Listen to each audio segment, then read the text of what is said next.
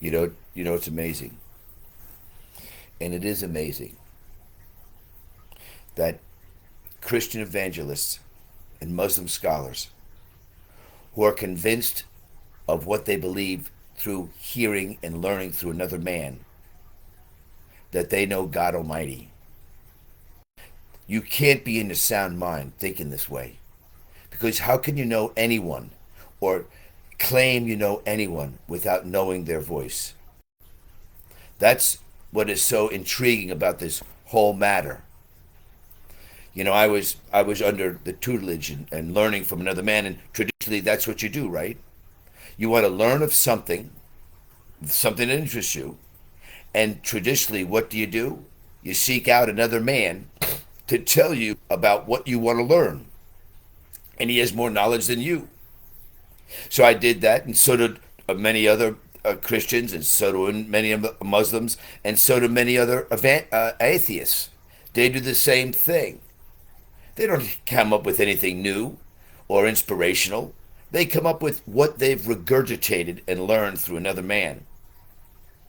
One day I was sitting at my kitchen table getting frustrated because the things that these men were saying never came about. I was never awarded the way they said. And they kept on saying, just like the Muslim scholars do, that's going to come in the great by and by. Not true, not so, it's a lie. Because they said it to the generation before them and the generation before them, and centuries this has been going on.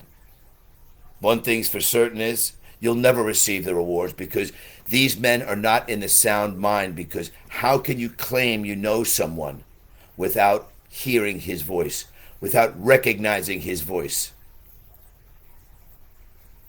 And I was sitting at the table being frustrated because I didn't know where else to go.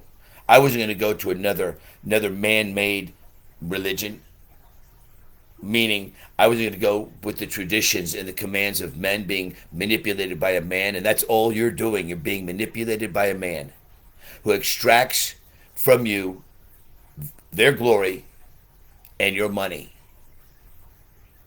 I was sitting at that table after I'd forgiven my father, and a lightning bolt came through me. My eyes were opened, and I wasn't frustrated anymore, because traditionally those things were destroyed that I learned of man. A man who never recognized the voice of God. And I don't care who you are. You could be an atheist, you could be a Muslim scholar, you could be following the Muslim religion or the Christian faith, whatever you think you're following. You're not following God, you're following the words of another man. Traditionally, across the board, that's what God delivers us from. God Almighty delivers us from following the words of another man, our own thoughts, our own ideas, right?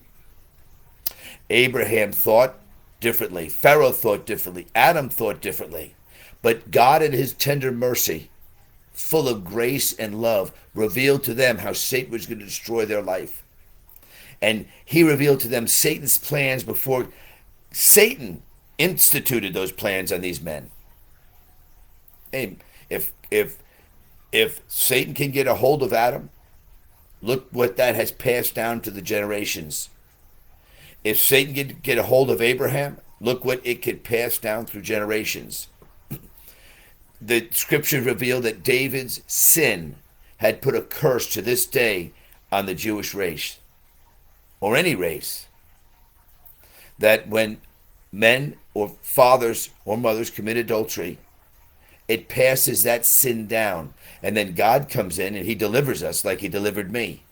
Time and time again, from the thoughts and the schemes of when you're tormented, what do you turn to? So how can you say you know God Almighty without recognizing his voice, when all you do is perpetuating, regurgitating the vomit that's come from another man and another man's thinking? The one thing we know from Christian evangelists and Muslim scholars and atheists, not one thought they have is a thought of their own. It's been regurgitated before. It's been thought of before. And the only thing you're doing is regurgitating the same wisdom, which is puke. vomit that they've received from another man? How come you never heard that you must know the voice of God?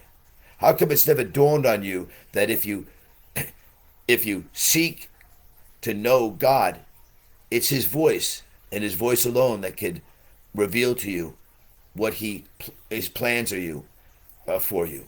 How come you never heard that? You've been in your faith or following your faith for so long, and all you've extracted was what men's words have taught you.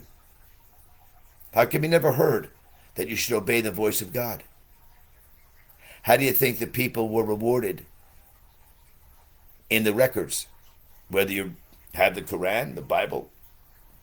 How do you think they were rewarded? By following the commands and traditions of men? They are useless.